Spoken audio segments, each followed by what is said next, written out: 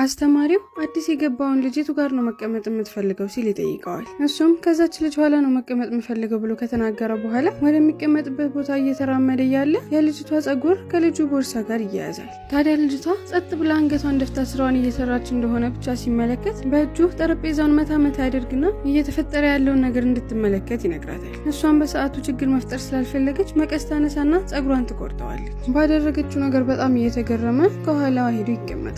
ነገር ግን ሲገናኙ አሁን አልነበረም የመጀመሪያ ጊዜያቸው። ልጅቷ ከክፍላቸው አንደኛ የምትወጣ በጣም ጎበዝ ልጅ ብትሆንም ነገር ግን በጣም ከደሃ ቤተሰቦች የመጣች ልጅ ስለሆነ የክፍሉ ሀብታም ልጆች ያሰቃዩዋታል። በሚደበድቧት ጊዜ ራሷን ለመከላከል ምንም አትሞክርም። የሚያደርጉትን ነገር አድርገው እስከሚጨርሱ ትጠብቅና ተነስታ ነበር የምትሄደው። ታዲያ አንድ ቀን እንደለመዱት ልጅቷን እያሰቃዩት እያለ ይሄ ልጅ ይመጣና እነሱን ደብድቦ ከዛ ቦታ ዞር እንዲሉ ያደርጋቸዋል። ሰው ለሷ ብሎ ከጎኗ ሲቆም የመጀመሪያ ጊዜዋ ስለነበር ምን ብላ እንደምታመሰግነው ራሱ ግራ ገብቷት ደርቃ ነበር የቀረችው። ፊቱንም ስታዩ በጣም ተኮሳትሮ ስለነበር እንደምንም ብላ ቦርሳዋን ይዛ ከዛ ቦታ እየሮጠች ታመልጣለች። ከዛ ጊዜ በኋላ ድጋሚ ይሄን ልጅ አገኘዋለሁ ብላ አስባ አታውቅም ነበር። ነገር ግን ዛሬ ወደ እነሱ ትምህርት ቤት ትራንስፈር ተደርጎ ከኋላዋ ተቀመጠ። ታዲያ የጠዋት ክላሳቸውን ተምረው ረፍት ሰዓት በሚደርስበት ጊዜ የክላሱ ሀብታም ልጆች ጓደኞቿን ሰብስባ ልጅቷን ልታሰቃይ እንደለመዱ ተደሷ ይመጣሉ። ነገር ግን ባሁኑ ከኋላ የተቀመጠው ልጅ የሚያደርጉትን እያየ ዝም ማለት አልቻለም ነበርና ልጅቷን ተዋት፣ ድጋሚ አጠገቧ ብትደርሱ ማንነቴን አሳያችኋለሁ በማለት ዛተባቸው።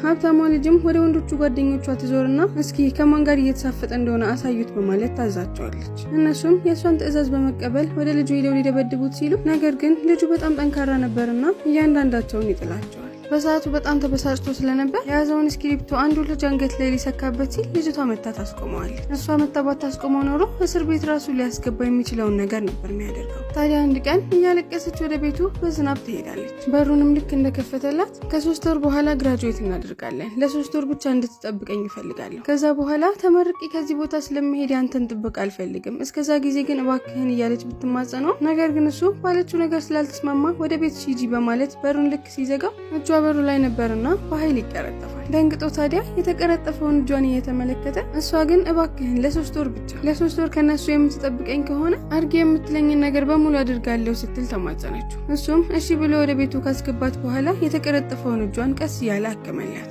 በቀጣይ ቀን ወደ ትምህርት ቤቷ እየተራመደች እያለ እነዛ ልጆች በር ጋር ቁጭ ብሎ እየጠበቋት ነበር። እሷም ዛሬ ለራሴ መቆም መጀመር አለብኝ በማለት ከሚያሰቃዩት ወንዶች አንዱን እጁን ይዛ ትነክሰዋለች። ልክ እጁን ነክሳ አለቅም በምትልበት ጊዜ ታዲያ ሌሎቹ መተው ሊደበድቧት ሲሉ ልጁ ይመጣና ሁሉንም ቀጥቅጦ ከዛ ቦታ አቅፎ ዞር ያረጋታል።